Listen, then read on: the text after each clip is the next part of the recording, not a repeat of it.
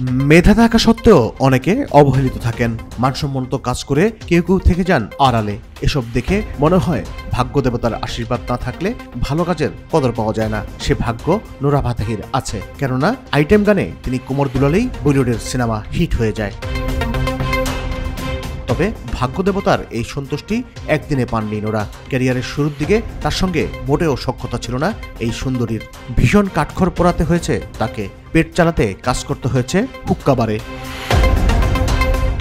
ভারতীয় সংবাদ মাধ্যম সুখবর এর একটি প্রতিবেদনে বলা হয়েছে, পেট চালাতে হুক্কা বারে কাজ করেছিলেন নোরা ফাতেহি।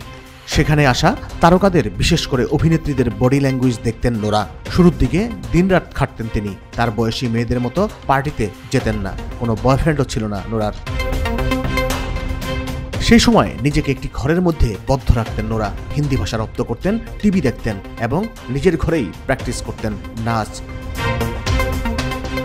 তবে তার এই পরিশ্রম দেখে তাকে খোঁচা দিতেন পরিচিত জনরা। অনেকেই কটাক্ষের সুরে নোরাকে বলেছিলেন, তুমি কি পরবর্তী সময়ে ক্যাটরিনা কাইফ হতে চাও? তবে তাদের কথায় পাত্তা না দিয়ে নিজের কাজ করে যেতেন নোরা ফাতেহি।